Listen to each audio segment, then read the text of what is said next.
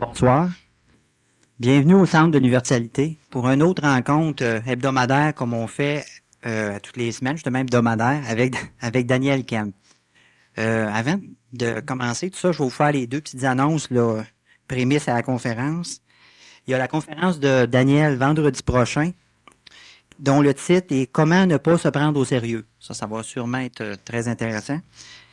Et vous avez aussi le séminaire intensif de Daniel qui a lieu demain et dimanche. Là, c'est la dernière chance pour s'inscrire ce soir. Fait que vous pouvez vous inscrire au comptoir en arrière. Le titre de la conférence ce soir, pourtant, il est inscrit en bas en lumière. On le reconnaît. Ne pas croire, mais savoir. C'est ça. Justement, ça rentre dans les cordes. Je pense que les autres conférences d'avant ont amené le sujet de ce soir. Et Daniel, comme à l'ordinaire, je veux dire, va passer au travers de ce sujet-là d'une façon originale et créative. Alors, sans plus tarder, je vous présente Daniel Kemp. Oui, Niagara, qui te ici. Ça, c'est parce que tu as parlé des géants, ça me passée. Vois-tu, tout à l'heure, une personne m'a dit, si tu as 50 personnes ce soir avec la température qu'il y a là, ça va être un succès. Alors, je pense qu'on a un succès de ce côté-là. Puis on a un succès de ce De ce côté-là. côté-là aussi. Et comme je ne gage jamais, j'aurais gagné. Tu aurais gagné quelque chose. Eh oui. Mais enfin, De toute façon. moi-même, j'ai failli ne pas venir. Avec la température qu'on a là. Vous savez, la majorité des personnes prennent profit du printemps ou de l'automne pour entreprendre un jeûne, pour entreprendre une cure, pour essayer de se retransformer. Alors qu'en réalité, le printemps et l'automne sont les deux saisons les plus dangereuses pour entreprendre ce genre de démarche. Parce que c'est l'hiver ou l'été que l'on doit changer.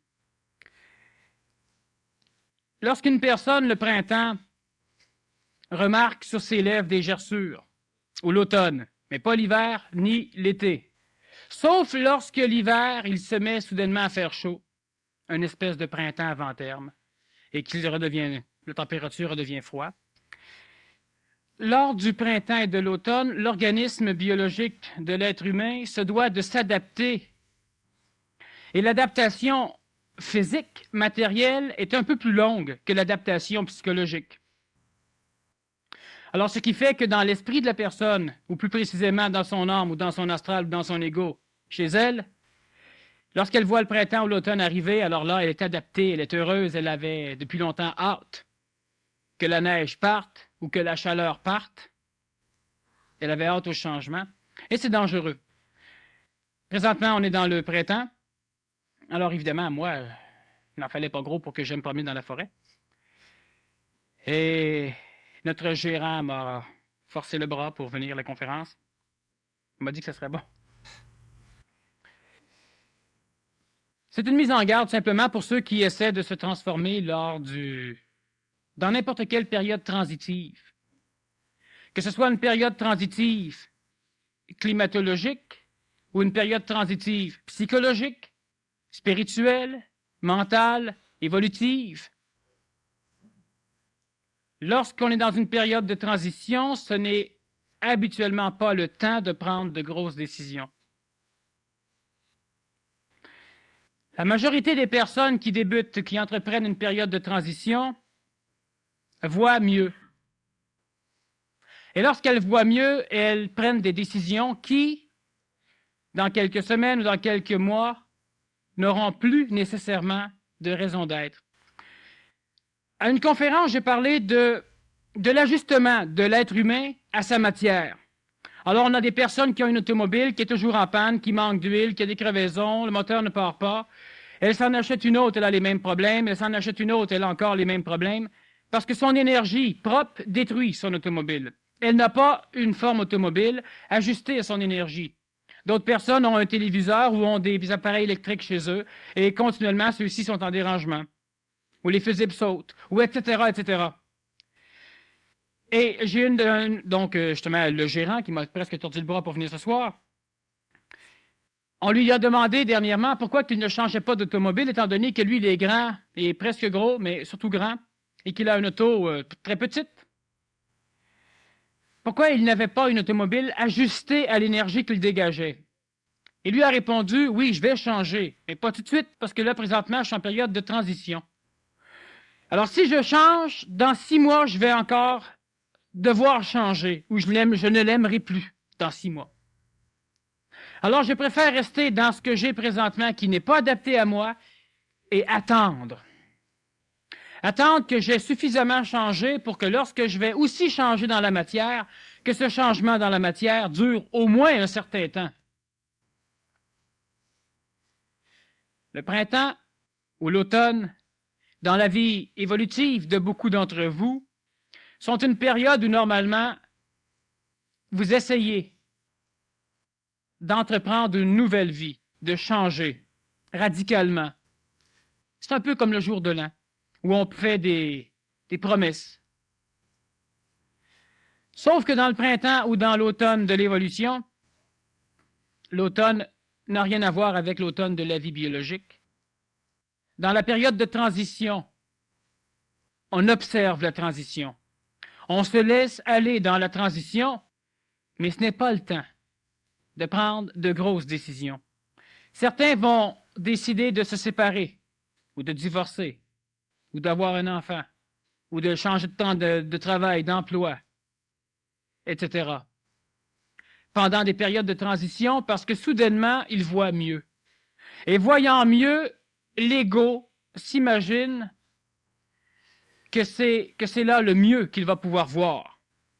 Alors que c'est faux. Cet être-là va voir de mieux en mieux. Alors, si elle prend une grande décision immédiatement, dans un mois, elle peut regretter sa décision. Parce que cette décision n'aura pas été écologique. Elle a été prise avant. Exactement comme si vous êtes malade. Vous avez une infection, une amygdalite, et l'on vous donne des antibiotiques. Après 3 jours de cure à l'antibiotique, tout disparaît. Alors on prend les antibiotiques et on les met aux poubelles. Et après une semaine, tout revient.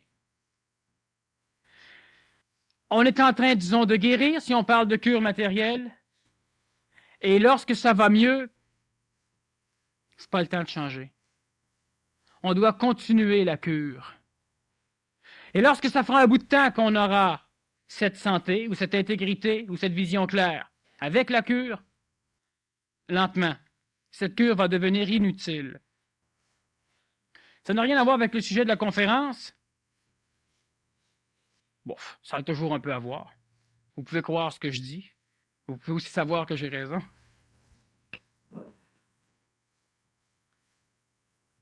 OK. OK.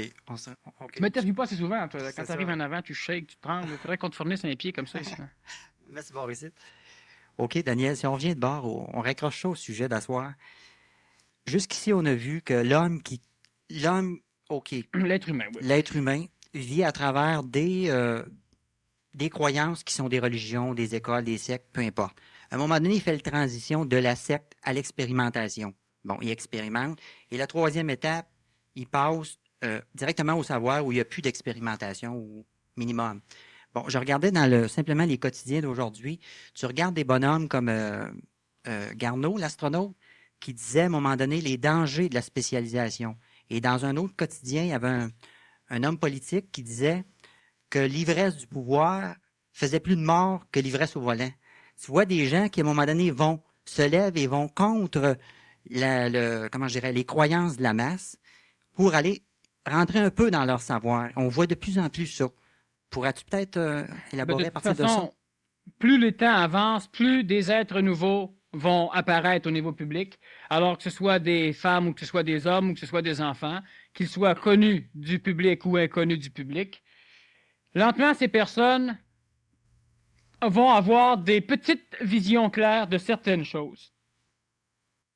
Lorsqu'un astronaute vient dire justement que le système éducationnel que nous avons ne permet pas aux personnes défavorisées d'arriver à être favorisées,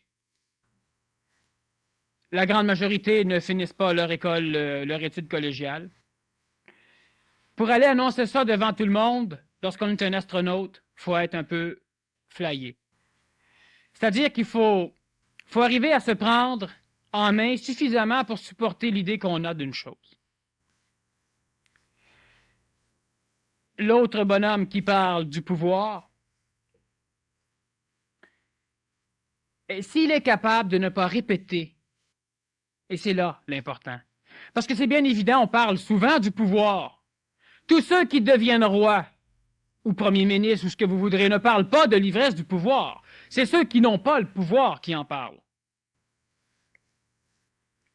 Et lorsqu'une personne, dans les mécanismes du pouvoir, arrive à transformer la même énergie pour l'adapter à son siècle, c'est qu'elle est, de quelque façon que ce soit, reliée à cette énergie instantanée qui permet à l'être humain de créer du neuf à partir de choses anciennes, parce que ces choses anciennes exprimaient une réalité, et lui réexprime cette même réalité, mais dans des mots qui vont être compris aux oreilles de ses contemporains. Alors, au lieu de dire « malheur à celui qui, etc., etc., » où il est plus facile à un chameau de passer par le chat d'une aiguille, l'entrée de Jérusalem, qui portait le nom d'aiguille, qu'à un riche d'entrer au ciel, alors il ne répète pas. Il prend des mots qui vont être compris par les oreilles de ceux à qui il parle, au lieu de prendre des mots qui inlassablement ont été répétés par des prédicateurs pendant des milliers d'années. Et ça, déjà là, c'est l'apanage, c'est la coloration, on pourrait dire, de ces êtres transitifs vers l'être nouveau. Ce n'est pas nécessairement la façon dont ils s'habillent, quoique l'ajustement énergétique du vêtement à sa propre énergie est une connotation. Mais ce n'est pas non plus la façon dont il va travailler, ça va être surtout la façon dont il va parler, qui différencie. Évidemment, il va agir, mais ces agissements vont apparemment être comme les agissements de plusieurs d'entre les êtres anciens. Sauf que ces agissements vont être en harmonie avec ces paroles. Mais c'est surtout dans la parole que l'on va reconnaître l'être transitif tout près de l'être nouveau, de l'être ancien. Alors donc, ces personnes qui commencent à parler, c'est un tout petit début. Et il y en aura de plus en plus qui auront des bribes, disons, d'intelligence spontanée. Ce qu'antiquement on appelait un contact avec l'Esprit Saint. Et à un moment donné, ces personnages vont finir par se connaître. Ce n'est pas le temps qu'ils se connaissent, ce n'est pas le temps qu'ils se parlent, parce que s'ils auraient à se parler, ils se coloreraient. Vous savez, à un moment donné, vous allez avoir la parole. Dans 6 mois, dans 10 ans, dans 150 ans, ça n'a aucune importance. À un moment donné, l'être humain, chaque être humain va avoir la possibilité de parler. C'est-à-dire qu'il ne réfléchira pas à ce qu'il va dire, mais il aura la faculté d'observer ses dires. Et observant ses dires, il pourra lui-même s'ajuster, mais sans avoir à réfléchir à ce qu'il va dire. Au lieu de tourner sa langue 7 fois dans sa bouche, il va se servir de ses oreilles. Il sera son propre ajusteur.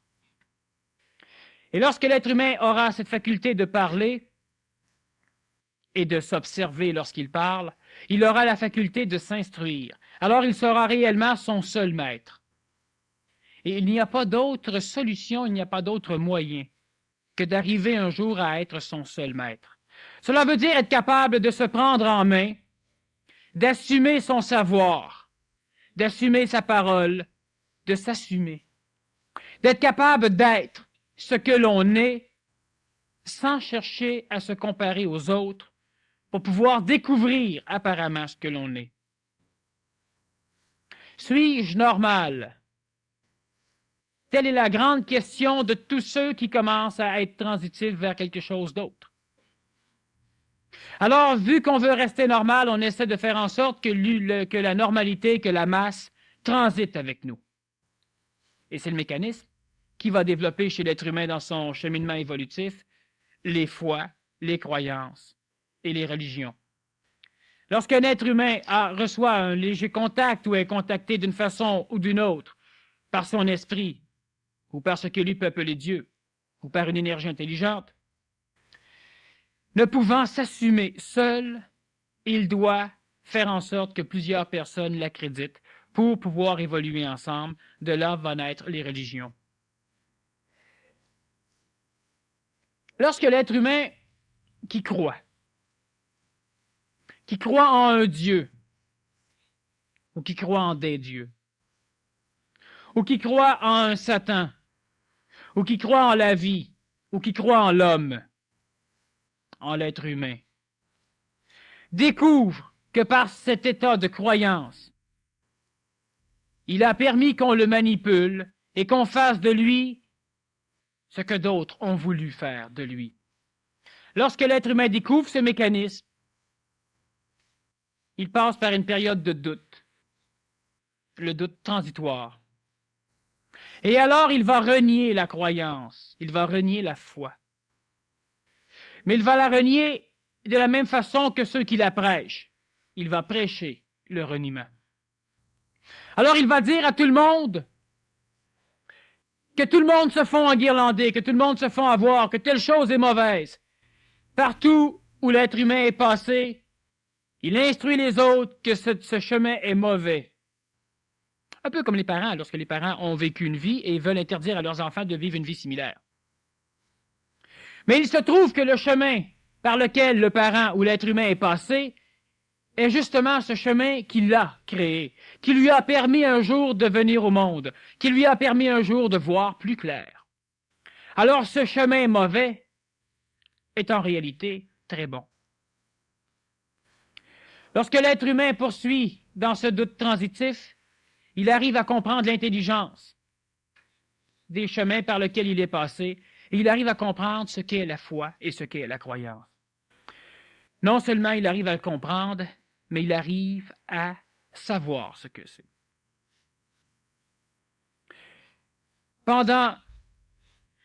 Depuis 1969, plusieurs personnes ont commencé à détruire les religions, à parler contre les foi ou les sectes, à essayer de préserver la population contre ces organisations. Ils se sont donné mission de protéger les humains contre ceux qui ont des missions ou contre ceux qui se sont donné des missions. Ils entrent donc dans les mêmes rouages. Alors moi, j'observe ce que tel genre d'humain vit dans tel genre de secte, et ce n'est pas bon. Et étant donné que moi, je suis un être dans une phase transitive et que je doute de tout ce qui est croyance, de tout ce qui est enguirlandage ou foi, alors je m'attaque aux sectes. Et je demande au monde, croyez-moi, ne croyez pas les sectes. Et c'est ce que plusieurs êtres humains font dans nos sociétés actuelles. Et cette attaque contre les religions va se poursuivre tant et si longtemps que l'être humain collectif, que l'être humain dans la collectivité ne sera pas suffisamment individualisé pour arriver à comprendre l'utilité des chemins pour ceux qui en ont encore besoin. Or, les religions ne sont pas prêtes de mourir. Certaines religions vont être transmuées ou vont disparaître pour laisser la place à de nouvelles religions. On a des religions spirituelles pour l'instant. On a des religions qui s'approchent de religions intellectuelles aussi. Que ce soit la science, que ce soit la psychologie, que ce soit la psychiatrie, que ce soit la scientologie, que ce soit etc. On a donc des religions qui vont être de l'ordre de l'intellect. Et parce que le mot intellect a souvent servi pour insulter quelqu'un, tu es un grand intellectuel. Ben oui, si je suis un grand intellectuel, tant mieux. Alors parce qu'on aura des religions intellectuelles, on va immédiatement penser que ce sont des religions à bannir. Un jour, quelqu'un me disait, « C'est drôle, mais tu parles comme un prêtre. » Ah, puis après, c'est une insulte? Ben oui, parce que normalement, quand on dit à quelqu'un qui parle comme un prêtre, ben c'est parce qu'on veut l'insulter un peu. Alors, ben non, on va dire, tu parles comme un ministre. Je savais que c'est une insulte. On s'en sert même pour faire des farces à la radio ou à la télévision. Tu parles comme un politicien. Donc, ce que tu dis est moitié mensonge, moitié bon. Faire attention à ces mots-là, parce que ces mots-là ne sont pas prêts de disparaître, parce que ces mots-là expriment une énergie qui, intrinsèquement, elle est réelle, elle est bonne. Parce qu'on la colore et on la déforme par notre évolution, alors on s'imagine qu'à un moment donné, lorsque de la bouche d'une personne ce mot sort, il veut dire ce que ça veut dire chez nous. Et c'est dangereux. Alors là, on croit avoir raison. On croit que la croyance n'est plus bonne. On a des groupements athées qui croient aux extraterrestres. On a des mouvements athées qui croient en Satan. On a des mouvements qui ne sont pas athées et qui croient en un Dieu, quel que soit ce Dieu. Et on a des mouvements qui croient tellement qu'ils sont prêts à élaborer un terrorisme mondial parce que seul, en mourant sur un champ de bataille contre les infidèles, on arrive à être dans ce ciel. Ne plus croire, mais savoir. Il faut comprendre que la croyance, elle est innée chez l'être humain. Parce que l'être humain est un organisme à conscience limitée, localisé dans son ego ou dans son âme, ce qui est la même chose, localisé surtout à partir des limitations de son corps physique, et n'ayant pas d'autre possibilité que de connaître l'univers ou le monde à partir de cette conscience limitée, mais sachant très bien que la Terre va au-delà de ses sens, il sait qu'à travers ce qu'il conçoit comme conscience, comme univers, comme monde, il y a immensément de lieux qu'il ne connaît pas. Je veux dire par là que si vous venez au monde, dans ce salon ici, et que vous entendez des bruits à l'extérieur, vous allez savoir qu'un extérieur existe. Mais vous ne pourrez jamais le conscientiser. Parce que vos sens sont limités par la dureté de la matière. Alors vous allez connaître le monde dans lequel vous êtes, ce salon, ou encore votre maison, votre ville, votre pays, ou votre continent. Mais même pas le continent, et même pas le pays. C'est trop vaste pour l'homme, pour la femme. À peine la province, et souvent même pas la ville. Ça, dans sa conscience limitée, il sait quand même, parce qu'un jour, il rencontre quelqu'un et cette personne dit « Moi, je suis de Paris. » Paris? « Moi, je suis de Hong Kong. » Alors, l'être humain sait qu'il existe d'autres lieux qu'il n'a pas à sa conscience. Alors, il n'a pas le choix de savoir ce qui se trouve autour de lui et de croire ce qu'il ne peut aller chercher. Et maudire la croyance, c'est un peu maudire l'être humain, c'est un peu maudire l'univers, c'est surtout maudire le lien qui relie ce qui échappe à la conscience de l'homme de cette conscience de l'homme. Alors l'être humain a cette faculté de percevoir ou de se rappeler, parce qu'en réalité il ne perçoit pas, il se rappelle. Mais il se rappelle, il ne sait même pas qu'il se rappelle. Alors il a la faculté de percevoir une énergie, quelque chose qui apparemment l'aurait créé. Et cette énergie, l'être humain qui passe dans sa phase évolutive par la première étape de science, par la nomie, il nomme les choses de l'univers, va donc nommer cette énergie et il va l'appeler d'un nom qui ne devra pas être prononcé pour désigner des choses matérielles, d'un nom qui devra énergétiquement toujours représenter cette énergie. Alors il va l'appeler Elohim, Yahvé, Adélaï, Dieu, Manitou, Quetzalcoatl, etc., etc. L'homme, la femme croient en Dieu. Ou croient, lorsque l'être arrive à être transitif, il ne croit plus en Dieu. Il croit à une intelligence infinie. Bon, ben c'est la même chose. Oui, il croit à les extraterrestres, c'est la même chose. Il croit à quelque chose de supérieur, qu'il l'appelle comme qu'il voudra. Lorsque de temps en temps, je ne prononce pas de mots Dieu, je prononce d'autres mots, certaines personnes sont frustrées. Et lorsque je parle de Dieu, alors c'est d'autres personnes qui sont frustrées. Il y aura toujours des frustrés de toute façon. Mais ils ne sont pas frustrés de ce que je dis, ils sont frustrés de ce qu'ils entendent. Et ce n'est pas pareil. Parce que ce qu'ils entendent dépend de ce qu'ils ont en mémoire et de leur propre coloration, de leur propre conceptualisation. Ça ne me regarde pas. Cette croyance, jusqu'à ce point, elle est identique à la croyance des savants, qui, eux, émettent des théories, tandis que l'être spirituel qui croit conceptualise des choses. Jusque-là, ça va. On a donc une humanité divisée en deux, un côté intellectuel, un côté spirituel. Et ces deux côtés vont entrer en lutte, presque à jamais, presque, parce que ça va changer. Parce que d'un côté, la science essaie de définir les paramètres de l'évolution spirituelle, tandis que du côté spirituel, on essaie de définir les paramètres de l'évolution scientifique.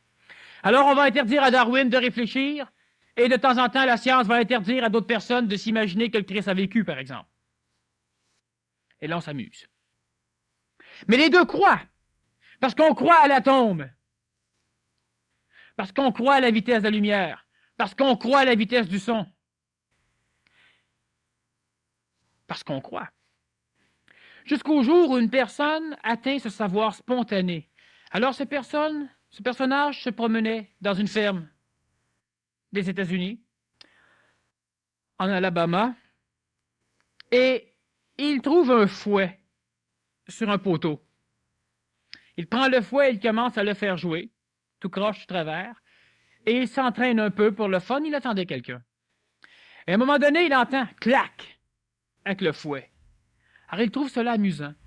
Alors il redonne un coup de fouet dans les airs et ça fait encore « clac ». Alors il se dit « c'est drôle, je ne frappe rien, mais j'entends frapper quelque chose ». Alors il se dit « je frappe peut-être les molécules d'air trop vite avec le bout de mon fouet ».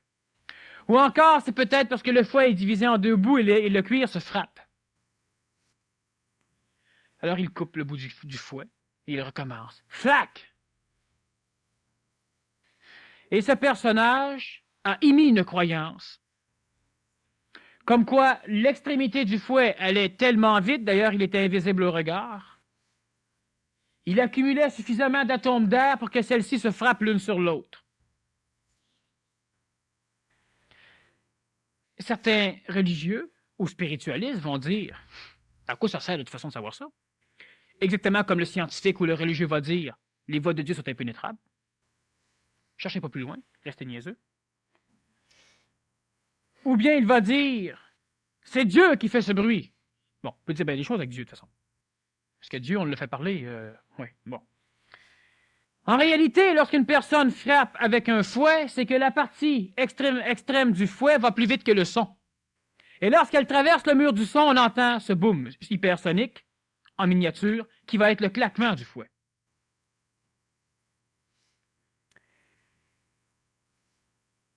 Ces croyances des molécules agglomérées, ou ces croyances d'un Dieu créateur de l'univers, permettent à l'être humain de dormir, mais permettent surtout à l'être humain de vivre et de mourir. Ça permet à l'être humain.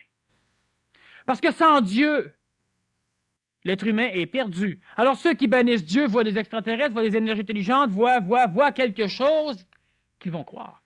Lorsque moi je parle de la conscience nouvelle, lorsque moi je parle de l'énergie supramentale, pour la majorité d'entre ceux qui m'écoutent, c'est une croyance.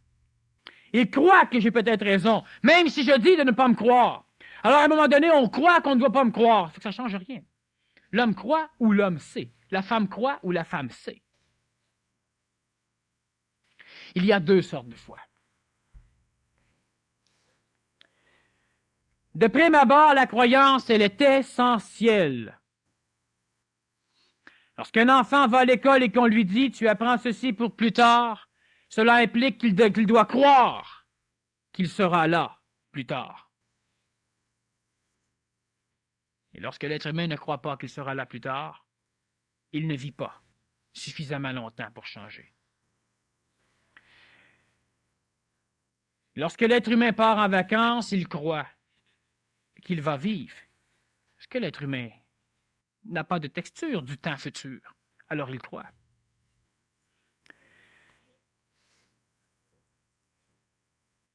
Il y a deux fois. Il y a une croyance ou une foi qui ne vaut rien.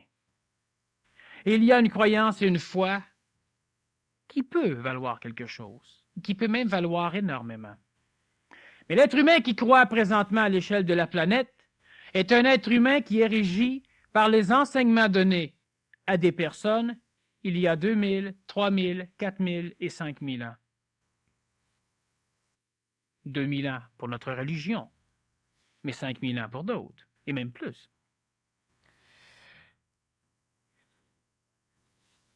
Lorsque dans l'Antiquité, sachez une chose, c'est que chaque fois qu'une énergie intelligente a communiqué avec son double planétaire, avec un être humain, chaque fois qu'une énergie ou un dieu ou quelque chose comme ça, il a permis à l'être humain de communiquer aux autres une connaissance, un enseignement, un savoir. Vous savez, lorsqu'un bonhomme est descendu d'une montagne avec des commandements, des tables, lorsqu'il avait les 20 commandements sur 2 tables, qu'il s'est enfargé en descendant et qu'il en a cassé une. Alors il est arrivé en bas en disant, voici les 10 commandements, parce qu'il en a perdu 10 en descendant. Mais personne ne l'a jamais su. Alors on l'avait arrivé, il avait 10 commandements. Parce qu'il avait échappé une table en descendant, il y en avait 10 autres dessus. Alors on a élaboré ces 10 commandements, on a cru.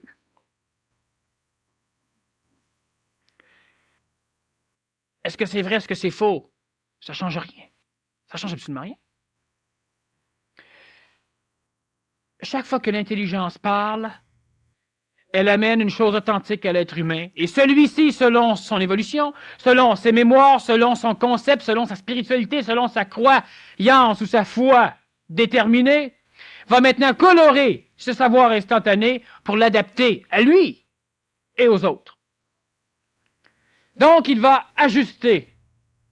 Et c'est intelligent d'ajuster. Et lorsqu'on regarde un prêcheur prêcher quelque part sur la planète et qu'il dit « Suivez-moi, je suis », etc., c'est intelligent. Pas pour vous. Mais c'est intelligent pour du monde qui en ont besoin. Parce qu'à un moment donné, il y a du monde qui ne pourront pas vivre. On a un bonhomme, j'ai oublié son nom, d'ailleurs c'est un nom compliqué, c'est un nom hindou, qui à un moment donné a récolté tout ce qu'il y avait comme putain et comme drogué aux États-Unis, entre autres. Et il a fait une secte avec ses drogués, héroïne et tout ce que vous voudrez, opium, puis il en fournissait, puis ça allait bien. Ben, illégalement, incognito, évidemment. Et là, on a jugé, et on a dit de ce bonhomme qu'il était peut-être un antéchrist, qu'il était peut-être, etc., etc. Mais c'était un fou, ça c'est évident. Une secte de drogués. On arrive à Dieu par l'opium. On arrive à Dieu par l'héroïne. Et quelques années après, alors qu'il avait des milliers de fidèles et qu'il avait lui-même des millions de dollars, il a dit que pour arriver à Dieu, la drogue était bonne. Mais pas l'opium ni l'héroïne. C'était la marijuana, surtout, et l'acide. Alors évidemment, les fidèles ont commencé à faire du trafic de mari et d'acide. Et un peu plus tard, Marie, c'était plus... Tandis qu'aujourd'hui, les 3/4 de sa secte ne se droguent plus, ne se prostituent plus. Et on l'avait condamné. Parce que l'être humain qui est spirituel croit tout comprendre, alors qu'il ne peut pas comprendre encore. Et on a un paquet d'autres apparemment maîtres, qui apparemment nuisent, et qui ne peuvent pas nuire, parce qu'il n'y a rien sur cette planète qui n'est pas autorisé. Ce n'est pas nécessairement compris par l'être humain qui a une conscience localisée, et dans cette conscience localisée, celui-ci se doit d'essayer de connaître, sans la faculté de connaître, l'extérieur de lui, ou l'extérieur de son monde. Donc il l'invente et croit que c'est cela. Et dans cette invention et dans cette croyance, il y a toujours du vrai, mais il y a toujours de la coloration de ce qu'il a besoin pour arriver à rester où il est. Et lorsque l'être humain, dans ce contexte, entend parler ou voit quelqu'un d'autre agir dans un contexte différent, il essaie de l'assimiler, alors il le juge. Il l'accrédite ou il le condamne. Souvent, des personnes à la radio me disent que, par exemple, lorsque je parle, « Ah, là, vous avez raison, là, vous avez raison. » Certainement, oui, parce que je dis la même chose que lui. « Ah, non, non, non, non, là, vous ne l'avez pas du tout. Parce que je ne dis pas la même chose que lui. » Mais moi, je ne dis jamais qu'une personne a tort. Je dis que moi, je dis ceci. Et si l'autre m'astine, ben, vous avez raison de parler comme ça, moi, j'ai rien contre. Mais elle ne comprend pas que si je dis qu'elle a raison de parler comme ça et que je n'ai rien contre, elle ne comprend pas pourquoi je ne dis pas comme elle. Mais je n'ai pas à dire comme elle. C'est elle qui parle. Et dans ce qu'elle dit, elle a raison pour elle. Elle n'a pas raison pour moi. La foi, c'est important. La foi, c'est d'être capable de placer une énergie dans un contexte de croyance créé par l'être humain. La foi, c'est d'être capable de placer une énergie qui nous appartient. Certains vont dire une énergie divine qui nous traverse et qui va chercher ce qu'on ne peut pas aller chercher et qui va le relier à nous. D'où la création du mot religion. Mais c'est la même chose. C'est l'expression d'une énergie qui nous appartient, qui est nous. C'est-à-dire, nous lui appartenons, mais c'est nous aussi.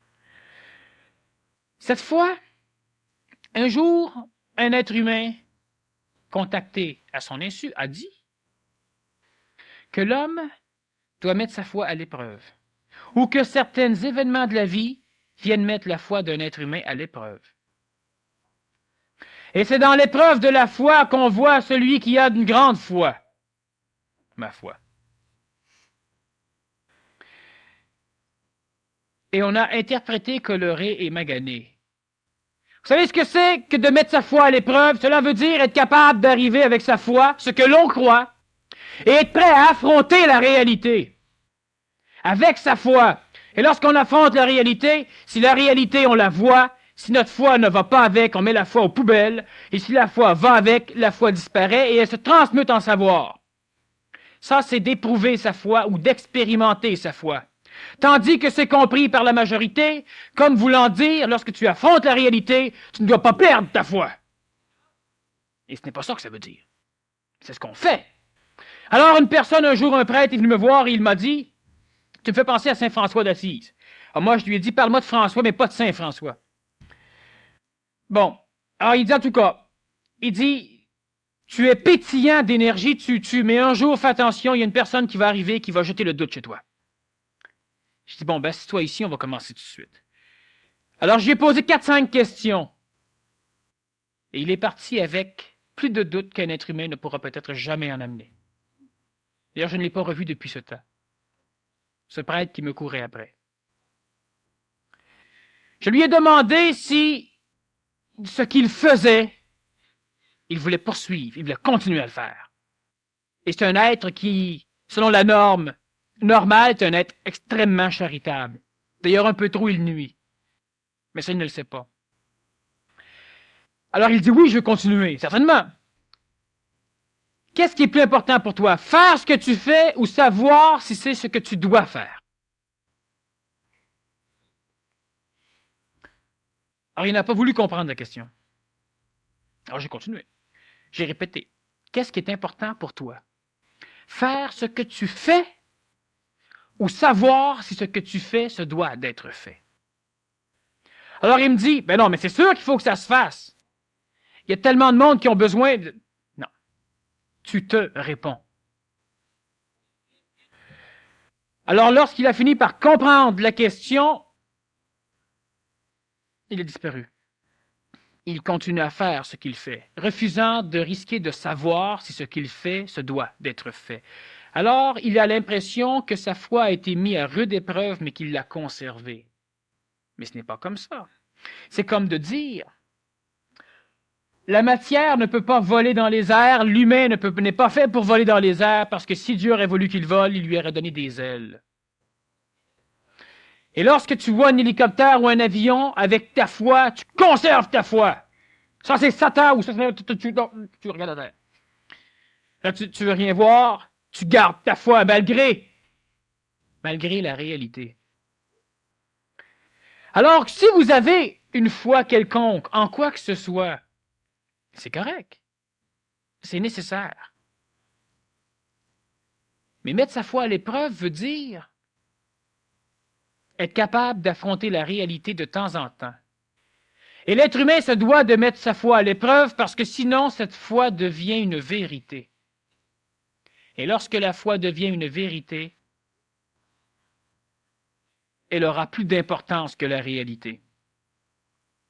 Lorsque dans la foi d'un être humain, Dieu est un homme, un mâle, blanc,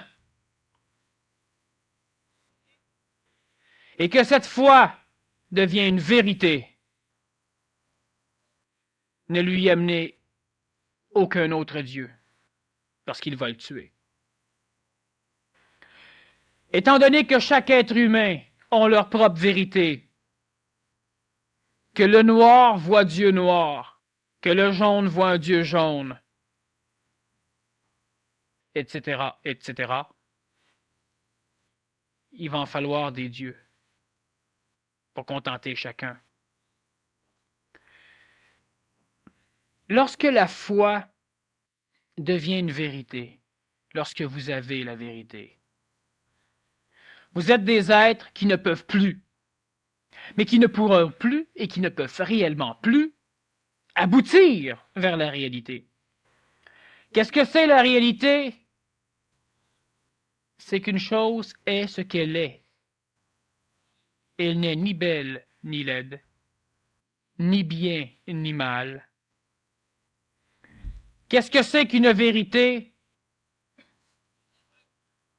C'est que ceci est bon et que ceci est mauvais. Ça, c'est une vérité. Non. Les enseignements donnés par les personnes qui sont passées avant nous autres dans l'Antiquité s'adressaient à une psychologie dans un langage connu de l'époque, à des êtres de l'époque. Alors, pendant des milliers d'années, des personnages connus sous le nom d'Esséniens, de pharisiens, de thérapeutes, de sadducéens, etc., ont conservé des traditions, des paroles, supposément inspirées de Dieu, au mépris de tout. Et lorsqu'un jour, différents personnages sont arrivés pour changer, pour réadapter, alors on leur a coupé la tête. On les a pendus, on les a noyés, on les a fait dévorer par les animaux et on les a crucifiés. Au nom du fait que Dieu les aurait avertis, eux, si un changement était nécessaire. Alors les prêtres, les pharisiens, les Esséniens, les thérapeutes, les Nazaréens, tous ces sectes de l'époque, se disent « Nous aurions été les premiers à le savoir. » Non. Parce que plus un être humain sait, par apprentissage, que ce soit une lecture visuellement ou auditivement, lorsqu'un être humain connaît la tradition, il n'est pas un être humain qui pourra émettre quelque chose de neuf pour la simple raison que cette tradition devienne vérité. Alors on ne peut rien bouger dans sa tradition, alors même s'il est le plus haut placé publiquement avec sa tradition, ce n'est pas de lui que va venir la nouvelle chose, la nouveauté ou la conscience nouvelle. Ça ne peut pas, parce que lui, il est cristallisé dans le passé. Lorsqu'à travers une évolution, lorsqu'à travers une organisation politique et religieuse, dans l'Antiquité, on a créé une guérilla pour renverser le régime romain, les Zélotes. Lorsqu'on a réussi à orchestrer suffisamment ce mécanisme, par l'intermédiaire des gentils, une secte de l'époque, des Esséniens, une secte mère de l'époque, des Nazaréens, une sous-secte essénienne, la seule d'ailleurs qui permettait aux femmes d'en faire partie à la condition d'engendrer des enfants. Lorsque ceux-ci ont organisé la venue d'un roi, des Juifs, pour prendre tête des Zélotes et pour renverser les Romains, alors il se trouve qu'entre Jean et Jéhoshua, Jésus, l'un des deux n'a pas voulu se fixer, se lier, se cristalliser à la tradition. Et il a refusé totalement le rôle qu'on avait prescrit pour lui. Et c'est toujours de la bouche d'une personne apparemment inérudite que viennent les choses nouvelles. Pas d'un être normal. L'être normal, il est comme tout le monde. Et l'être comme tout le monde, c'est le bulldozer qui transforme la société, qui transforme les temps. Mais ce n'est pas le pilote. Il n'y a que l'être anormal, le marginal, qui transforme. Mais il ne vient jamais comme l'être humain Satan. Alors, en attendant, l'être humain a foi. D'une foi morbide qu'il appelle vérité. Lorsqu'un être humain a la vérité, il ne peut plus changer. Et il y a une autre foi qui devra être développée sur la planète, parce qu'elle est tout à fait naissante. Il y a une autre foi qui accepte d'être soumise à la tentation. Une autre foi qui accepte d'être forgée par le feu. Une autre foi qui accepte d'être éprouvée. Et une autre foi qui accepte d'être détruite pour être remplacée par le savoir. Par un savoir qui n'est pas inné du contexte terrestre, donc qui ne fait pas partie de la mémoire expérientielle de la planète Terre, mais par un savoir qui fait partie au minimum d'un savoir galactique, d'une expérience galactique dans laquelle la Terre est placée. Ne plus croire mais savoir, c'est l'aboutissement même d'une foi écologique. Celui qui a une vérité, fouillez chez vous. Chaque fois que vous allez rencontrer une vérité, vous allez rencontrer une partie de vous qui est morte, qui ne peut plus être transformée, qui ne peut plus évoluer, grandir, qui ne veut plus connaître. Lorsqu'on a une vérité, on dit que l'on sait. Mais celui qui sait que son savoir est un savoir que dans un moment et que dans un lieu particulier. Et que ce savoir n'a pas la faculté d'être conservé à jamais. Parce que s'il est conservé à jamais, il ne vit plus, il est mort, il devient une vérité. Maudire ceux qui croient, ou maudire ceux qui ont la foi, même si cette foi est morte, est une perte d'énergie. Parce qu'il ne revient pas à l'homme de maudire ceux qui apparemment ne sont pas de son clan. L'homme a suffisamment à faire avec ses propres mécanismes énergétiques d'évolution. Il n'a pas de temps à perdre à s'occuper de ceux qui apparemment le frustrent, parce que lui a la vérité, celle que les autres n'ont pas. Je vous explique brièvement les dernières conférences que j'ai faites. On a relativement parlé de la création de l'homme, de la création de la femme, de la création de la terre, du rôle de l'évolution de l'homme, du pourquoi de l'existence de l'humanité sur un contexte terrestre, du pourquoi on a un mensonge cosmique qui permet ou qui oblige l'être humain à ne pas savoir, et de pourquoi avec l'être humain se recherche continuellement pour arriver à échapper du contexte évolutif expansif de cette planète. Il y a ceci dans l'univers. À un moment donné, on va pouvoir aborder d'une façon plus grandiose les mécanismes qui régissent l'expansion de l'homme et de la femme. Mais chaque chose en son temps. Du centre de ce que l'antique religion appelle Dieu, ou du foyer même de la création de cet univers spatio-temporel où le temps et la matière existent, permettant à l'homme d'avoir le temps d'être. Et l'extrémité de l'univers créé, parce que l'univers n'est pas infini. Il est spatio-temporel, il a de l'espace et du temps. Il a été créé. Il n'est pas infini. À l'extrémité de l'univers créé, il y a la Terre. Sur cette Terre, il y a des êtres humains qui n'ont rien à voir avec l'évolution des animaux.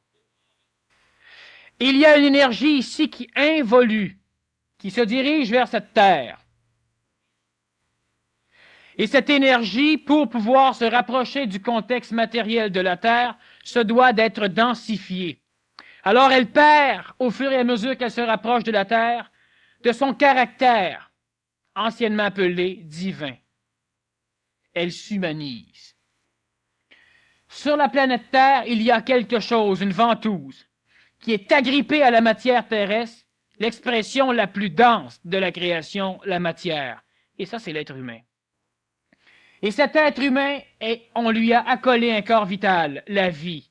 On lui a accolé un âme, le corps astral. On lui a accolé un corps mental, son intellect. Cet être humain évolue. Il se divinise. et du foyer de la création, de ce que l'antique religion appelle Dieu, cette énergie s'humanise. Les deux viennent en contact, et lorsque ce contact est accompli, et c'est sur ce quoi l'humanité ou l'être humain se dirige dans les décennies à venir, lorsque le contact est fait, les énergies divines n'ont plus besoin de poursuivre leur involution parce que l'être humain sert de base. Alors ces énergies vont se fusionner et l'être humain qui a une conscience localisée ou planétaire dans un contexte d'évolution plus avancé parvient à une conscience totale. L'être humain va donc réintégrer ce Dieu, entraînant avec lui la planète Terre et tout ce qui est matière pour entraîner dans ce vide, dans cette implosion, le reste de l'univers. Le rôle de l'homme, comme on le disait la semaine dernière, est de mettre un terme à l'expansion de cet univers. Lorsque l'humain commence à monter de temps en temps, et c'est arrivé une fois d'une façon plus magistrale,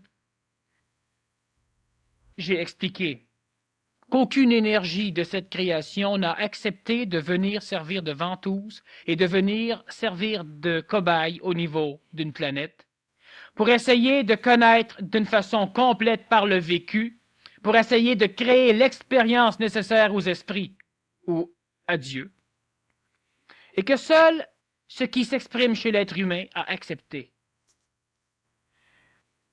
De temps en temps, et c'est arrivé une fois entre autres, une énergie qui n'avait rien à faire au niveau du contexte planétaire est venue s'humaniser complètement.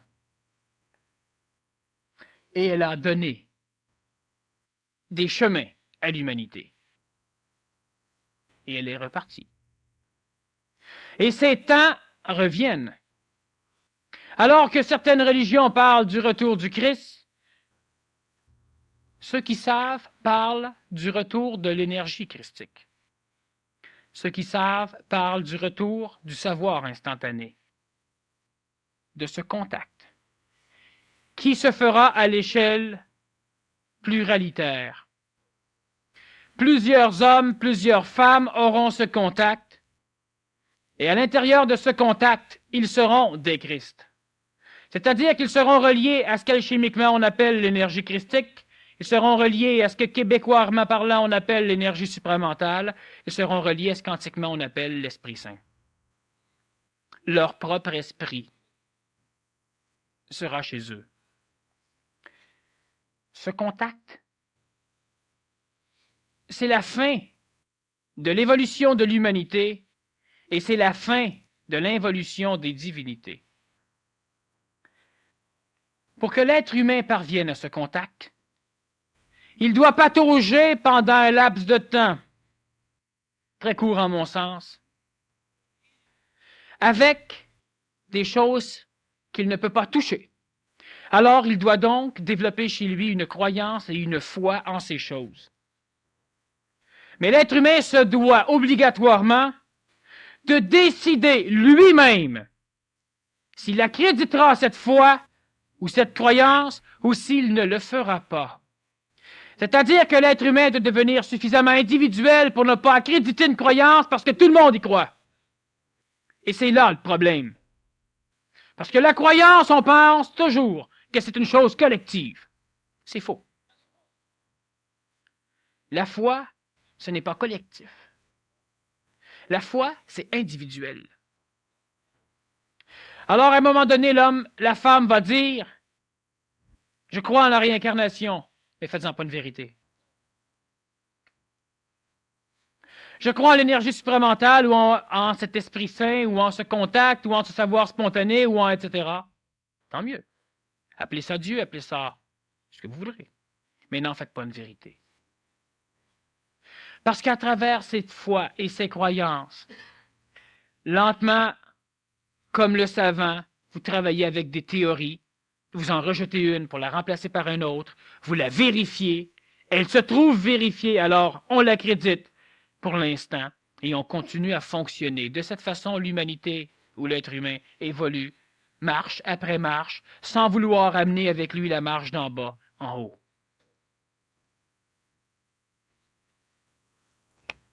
L'être humain, Daniel, qui met sa foi à rude épreuve, comme tu dis, est-ce qu'il transmute automatiquement la souffrance de son environnement immédiat, puis devient-tu un peu comme la ventouse que tu dis qui amène un peu de la planète Terre avec lui?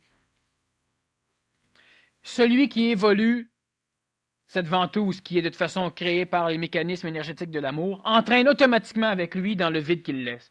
Soit qu'il entraîne d'autres personnes, à un moment donné, il entraînera de la matière. La foi, celui qui ose la mettre à rude épreuve, dans les premiers temps, c'est la vie. C'est son propre esprit qui va régir l'évolution même de ses corps pour créer l'expérience nécessaire. Alors ces foi seront mis à rude épreuve parce qu'à un moment donné, tout ce qui est cristallisé comme foi génétique, tout ce qui a été héréditairement transmis par l'éducation comme par la procréation, devra disparaître. L'être humain est de 2 ordres, pour ne pas dire de 3 ordres. Le premier être humain est un être qui n'a aucune conscience et qui sert de lien entre la planète Terre et le début de l'expansion créative de cet univers. C'est l'être réel. Le deuxième être humain est celui que vous connaissez, celui qui a un ego, celui qui a une concentration localisée chez lui, celui qui dit « je suis » et celui qui dit « je veux évoluer » et celui qui dit « je veux manger » et celui qui dit « je suis meilleur » ou « je suis pire ». Je crois en Dieu ou je ne crois pas. Ça, c'est le deuxième être humain. Avec une conscience placée dans la région où il doit rester. Parce que cet être humain-là, s'il a une conscience présentement galactique, il va sacrer son camp de la planète Terre parce qu'il va découvrir d'autres choses drôlement mieux ailleurs. Et d'ailleurs, c'est ce souvenir qui a permis à certains prêtres de créer tous les mécanismes paradisiaques ou etc. après la mort. Mais l'être humain se sort de son problème évolutif, de son vivant. Le mort n'évolue plus. Il va revenir à un moment donné et en vivant, il va s'en sortir. Le troisième être humain est l'être humain qui n'a pas la connaissance du contexte planétaire. C'est l'être humain divin que vous ne connaissez pas. Et cette partie veulent se rejoindre. Alors vous avez connaissance du fait que cet être humain veut évoluer, veut un contact avec Dieu, un contact avec les énergies supérieures, un contact de toute façon. Cet être humain, vous le connaissez, il veut évoluer. Et de l'autre côté, ça, vous ne le savez pas. Mais la religion dit, Dieu s'intéresse à l'homme. Dieu aime l'homme. Aimer veut dire être attiré. Donc Dieu est attiré par l'homme, par l'humain. Dieu veut aider. Dieu a même sacrifié son fils unique. Faites-vous-en pas, il en a sacrifié un maudit paquet de fils uniques. Ce Dieu, même si l'être humain ne le sait pas clairement, il le transmet par sa croyance populaire, s'intéresse à l'homme, à la femme, évidemment. Et lorsque les deux vont se toucher, il y a une chose qui est importante de comprendre, c'est que ce qui vous habite, qui veut évoluer, devra mourir de votre vivant. L'ego, l'orgueil et l'âme devront faire place à ce que l'antique religion appelle l'esprit.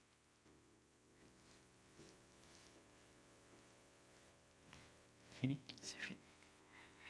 On aurait pu embarquer dans la partie intéressante de l'esprit. On y reviendra à la deuxième partie. Peut-être faire un lien avec la semaine passée, les deux exemples là, qui se fitent ensemble. On va prendre une pause de 25 minutes, une demi-heure. Et si vous avez beaucoup de questions, vous pouvez les laisser ici en avant. On va y répondre à la deuxième partie. À tantôt. Merci.